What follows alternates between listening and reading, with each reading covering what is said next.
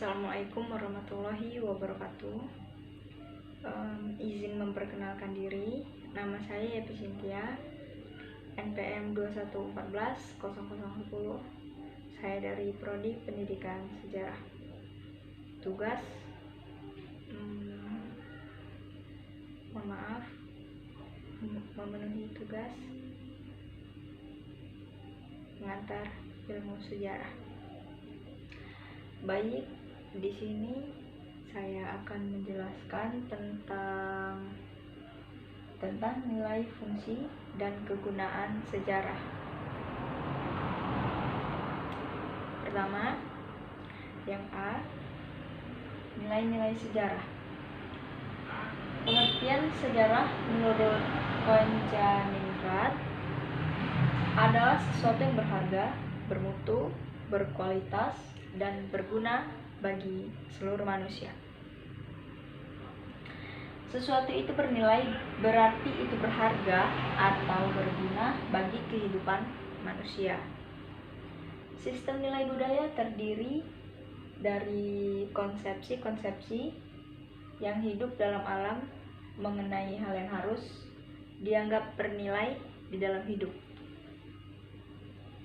Jadi pengertian sejarah ini sangat berharga bagi kehidupan manusia, bermutu, berkualitas, ya tentunya berguna bagi seluruh manusia itu tadi ya. Dan ini mengenai hal yang sangat atau harus dianggap bernilai di dalam hidup. Itu tadi mengenai nilai-nilai sejarah. Dan yang B, tugas ilmu sejarah. Ilmu sejarah bertugas membuka kegelapan masa lampau kepada umat manusia, memaparkan kehidupan manusia dalam berbagai aspeknya. Munculnya cabang ilmu sejarah serta ilmu lainnya didorong oleh target manusia yang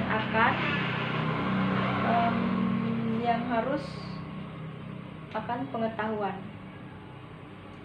Objek pengetahuan merupakan dunia dalam keseluruhannya, terutama manusia itu sendiri. Jadi tugas dalam ilmu sejarah ini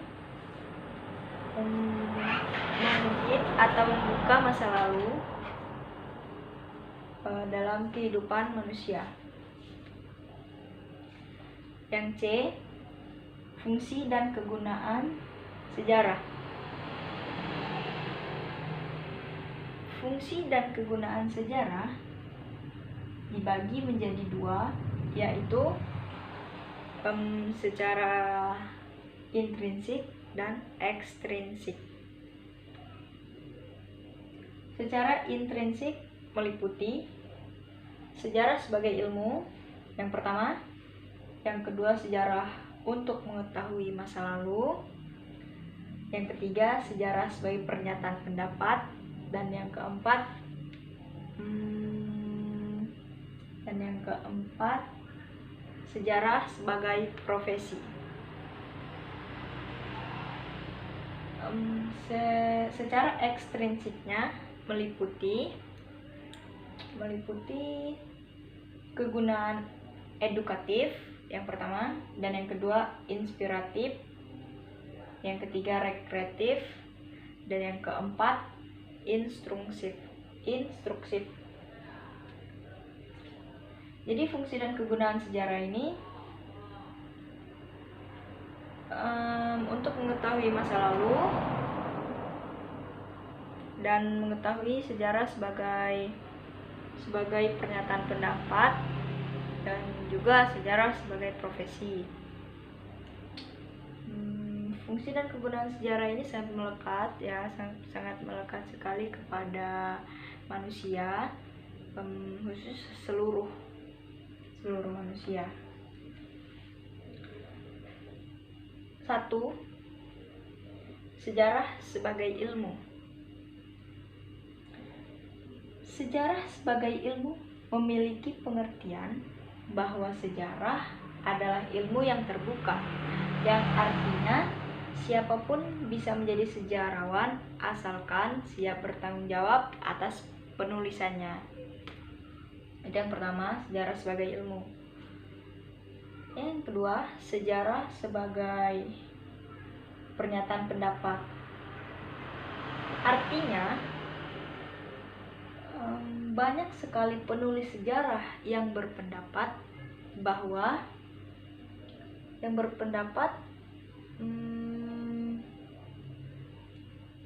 mengenakan teori dan ilmunya. Adapun dua aliran, yaitu aliran konflik dan konsensus. Itu tadi mengenai sejarah sebagai pernyataan pendapat, di mana manusia,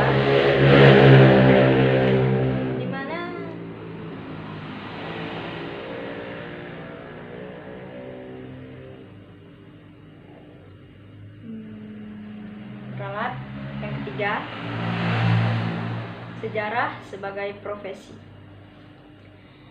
Sejarah sebagai profesi artinya banyak sekali profesi yang berkaitan dengan sejarah. Contoh, guru sejarah, dosen sejarah, peneliti sejarah, penulis dan pencatat sejarah. Banyak pula yang lulus sejarah tidak tertampung dan keluar dalam jalur bidangnya. Jadi sejarah sebagai profesi ini ada profesi guru sejarah, dosen sejarah, dan banyak sekali yang mengambil, yang berminat berpendidikan sejarah, tetapi ia keluar dari jalur tersebut. Dan banyak juga lain-lainnya. 4. Sejarah sebagai cara mengetahui masa lampau atau masa lalu. Fungsi dan kegunaan sejarah paling penting untuk mengetahui masa lalu. Setelah kita mengetahui masa lalu atau masa lampau, maka kita akan tumbuh sikap antara melestarikan masa lampau atau lalu dan menolak masa lalu tersebut. Jadi, sejarah sebagai cara mengetahui masa lampau ini, fungsi dan kegunaan sejarahnya itu paling penting untuk kita mengetahui pada masa lalu tersebut. Setelah kita tahu mengenai masa lampau tersebut, kita akan mengetahui dan melestarikan apa yang kita tahu dan apa yang kita pelajari dari masa lampau tersebut atau dari masa lalu tersebut. Dan yang D, sejarah sebagai wahana pendidikan. Yang pertama adalah sebagai sarana edukasi atau pembelajaran. Banyak manusia yang belajar dari sejarah atau belajar dari pengalaman yang pernah dilakukan. Pengalaman tidak hanya terbatas pada diri sendiri, tetapi juga dari generasi sebelumnya. Nah, itu dia penjelasan dari nilai, fungsi, dan kegunaan sejarah tadi. Jadi di sini sejarah itu melekat kepada diri seseorang, karena sejarah itu penting bagi kita manusia, dan itu selalu ada. Jadi dari sini kita belajar bahwa banyak sekali cara aspek-aspeknya untuk kita mengetahui sejarah tersebut. Ya itu tadi, kita mengetahui sejarah itu salah satunya kita harus bertemu dengan seseorang yang tahu dengan sejarah di dahulu kala tersebut.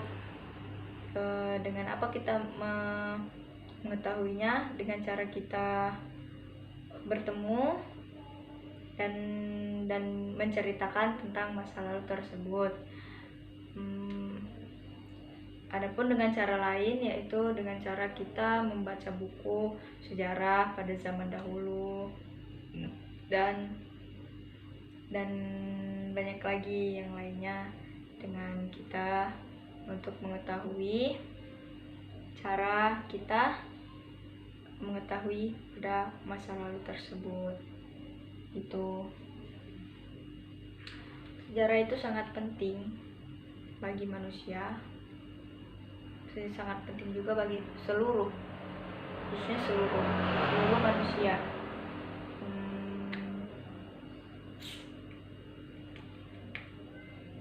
Mungkin cukup itu saja yang dapat saya sampaikan.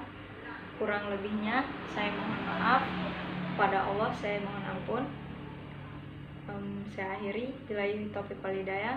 Wassalamualaikum warahmatullahi wabarakatuh.